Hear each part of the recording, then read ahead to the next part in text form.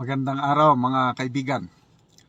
Pag-usapan natin ngayon ang panawagan ng ibang sectors of society o tao, grupo ng mga tao na dapat daw mag-resign na lang si VP Sara Duterte para makaiwas paggastos ng pera ng taong bayan sa impeachment trial. Okay? So, merong post ng Radyo Pilipinas, government radio station ito, at may pahayag si Congressman Ace Barbers tungkol itong panawagan na dapat mag-resign si VP Sara dahil sayang-sayang lang daw ang gastos sa gobyerno o kaban ng bayan sa impeachment.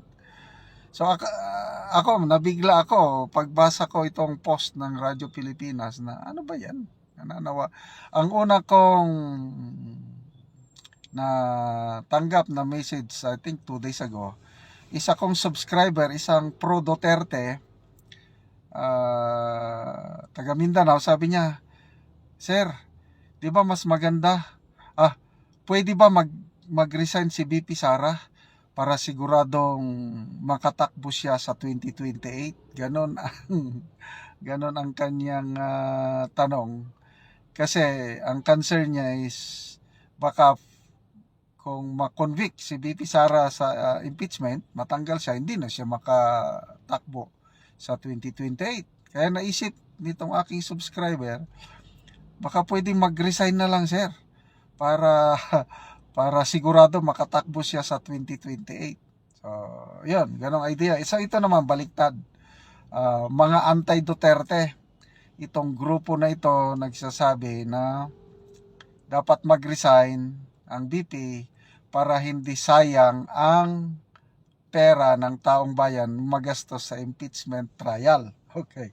So, I don't know, kayo, payag ba kayo na mag-resign si VP para lang makatipid ang gobyerno, hindi na wala ng trial na mangyari? I-comment ninyo. So ito, post ng Radyo Pilipinas, ano ang pananaw? Ano ang opinion ni Congressman Ace Barbers dito sa panawagan na dapat mag-resign na lang ang VP? Ito, sabi niya, "Well, mahirap naman sabihin natin na mag-resign ang ating Vice Presidente para hindi na tayo gumastos ng salapi. Hindi naman po pwede yun." Wow, maganda. Bigyan natin ng proseso. Bigyan natin ng due process. Karapatan naman din niya bilang Vice Presidente, at kahit sino sa atin, karapatan natin na depensahan ang ating sarili sa mga ganitong klase ng mga pagkakataon. Due process. Ito po ay nakasaad sa ating saligang batas at ito po ay karapatan ng bawat Pilipino.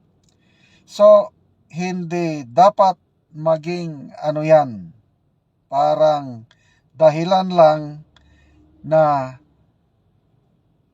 pagbitiwin natin sa pwesto, no. At saka, yung decision na yan, that's a personal decision. So, yan ang pahayag niya February 7, 2025.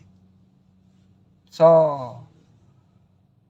to me, tama itong opinion, tama itong pahayag ng congressman from Surigao del Norte. Hindi pwede. Ang tanong ko lang is, sino kaya, kasi hindi nakalagay dito sa post, sino yung nagmungkahi o anong grupo yung nagmungkahi na mag-resign si VP Sara? Ano sa tingin nyo? Opinion ko lang ito. Ito yung mga tao na yung matindi ang galit nila kay VP Sara.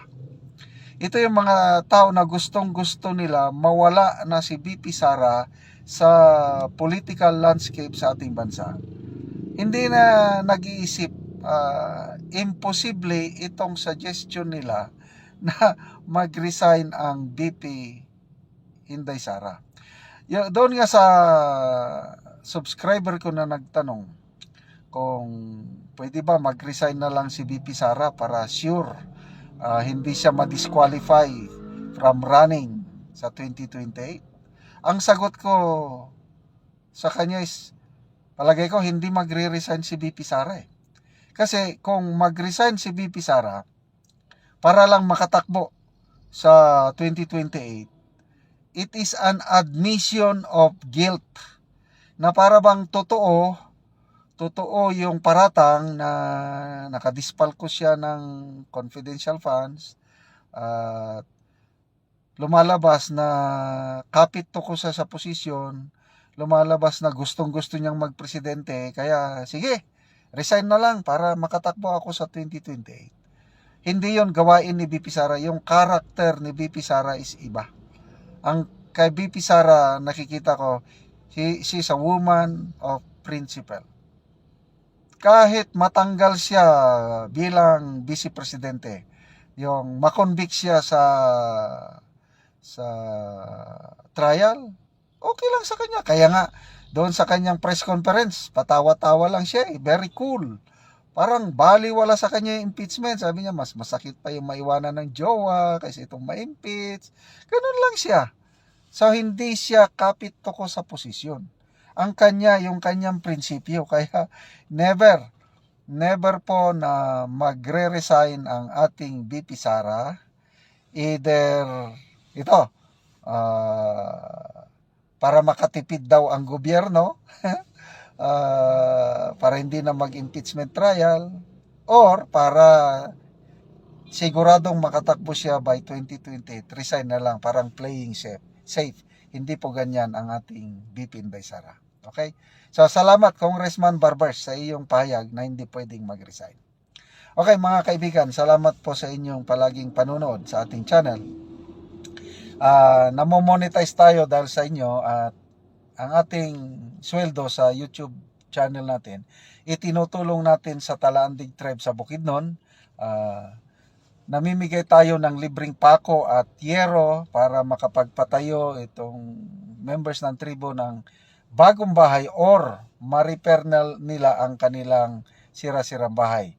Namimigay din tayo ng livelihood assistance, nagpapatanim tayo ng lakatan na saging, libre ang seedlings, libre lahat ang abono, yung tinuturoan natin sila paano ang tamang pag-alaga ng lakatan hanggang makabenta sila ng kanilang saging at makatayo sa kanilang sariling paa. So, salamat sa mga nanonood.